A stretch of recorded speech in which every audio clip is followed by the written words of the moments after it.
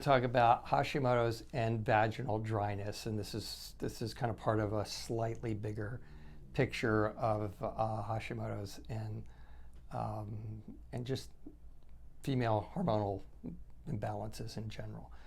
It just hit me a couple of days ago that almost everybody in the last 2 or 3 weeks, almost every female in the last 2 or 3 weeks who has come in here for care has had alternating menstrual periods, heavy bleeding, low bleeding, hot flashes, consistently vaginal dryness, and most of them are taking some sort of hormone replacement therapy for that, of course. So, and they're not particularly people who are in menopause. These are Hashimoto's patients. So Hashimoto's is just crazy as if you've been following along the series. It's insane all the things that it affects. And it's because Hashimoto's has a receptor site.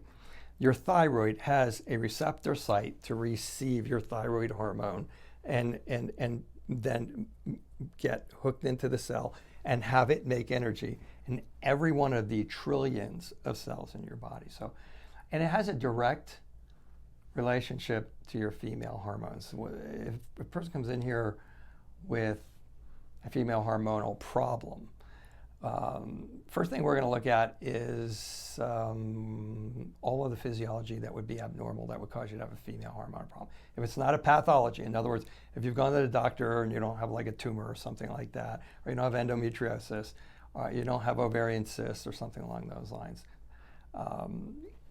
or even if you do have like ovarian cysts, but if it's not a pathology, a cancer or something like that, there's an abnormal imbalance in your system. It's going to be adrenals or stress, or things that are stressing out your adrenals. It's going to be blood sugar. It's going to be poor liver clearance of your hormones, your estrogens and your progesterones and all that type of stuff. Poor essential fatty acids and poor blood sugar. All these things interfere with the feedback loop, the production of the ability of your hormones to hook into the receptor sites. They all just affect hormone physiology. Almost nothing affects hormone physiology more than like Hashimoto's. Hashimoto's hypothyroidism. So Hashimoto's hypothyroidism. In the end, everything just slows down. Okay, when you have the Hashimoto's hypothyroidism, and you're tired and you're slow and everything's just like dragging, and occasionally you get irritable, or you get anxiety, or heart palpitations for no reason at all, or insomnia or tremors or something like that. But most of you're in hypothyroid, with a small exception, which I'm not going to get into. So, but it slows everything down.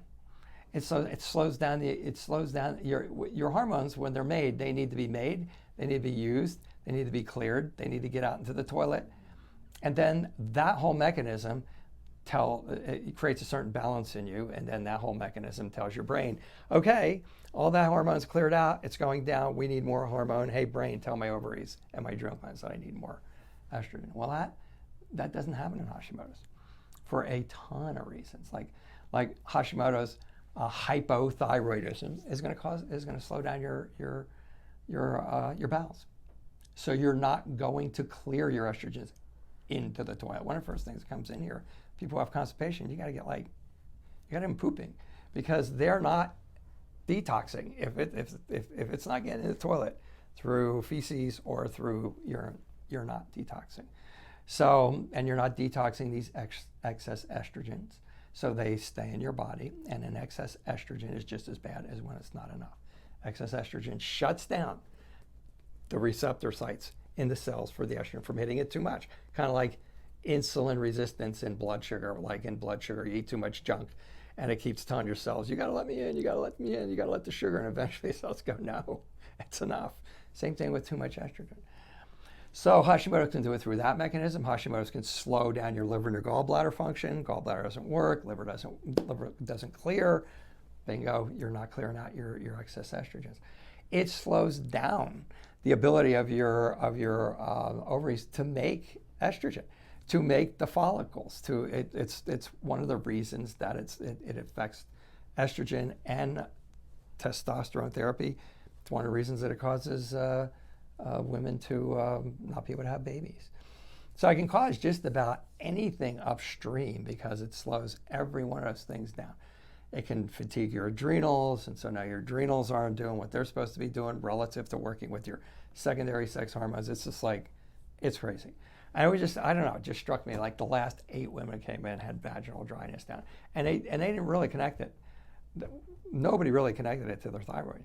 So if you clear all that stuff out, if you clear out the liver and the gallbladder and the gut and then the adrenal glands, and you stabilize the blood sugar and you get the right essential fatty, and it's still not working, you need to do something about that person's thyroid, because the thyroid may still be in hypothyroid, and then if you do all that and it's not working, now you need some direct support for the female hormonal reproductive process if you're under the age of 50, or even if you're over the age of 50, a little different for each one.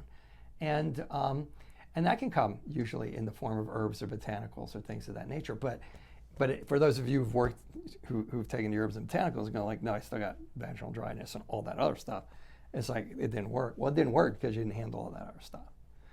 So again, Hashimoto's is like, it's insane. It is this like this multifactorial thing. It's got like, there's like 59 different things, literally, that when a Hashimoto's patient walks in the door, you have to like evaluate to tell where are they, where are they on this spectrum, where do you start with that person, and then there's like 39 different triggers for it, and I'm not. Those are exact figures, okay, and then when you start to figure out all the things that it affects, now the person who comes in here and goes like, I got all this stuff and nobody knows what's wrong with me, and they name symptoms for like 9 different organ systems. It's like, we're looking for Hashimoto's, because how many things can affect all that and drive all 9 of your doctors crazy. So the vaginal dryness is just kind of a part of all of that. In the short, Hashimoto's alters all the things that are going to allow you to create proper female hormone balances, whether you're menstruating, whether you're premenopausal, perimenopausal, postmenopausal, it doesn't matter. You have to have certain things happening above hand. If everything's going cool, you should just go through menopause. You should go like, well, what happened? I went through menopause. Not, oh my God, I'm sweating and I have the hot flashes, I want to kill my husband, all that type of stuff. So it's thyroid. It affects everything. It really profoundly affects female hormones.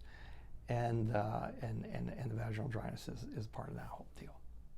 So I hope that's good information for you, because it seems like there's a lot of the people who are coming in with that really didn't know that and never made the connection. So that's been pretty fun. All right, that's it for today.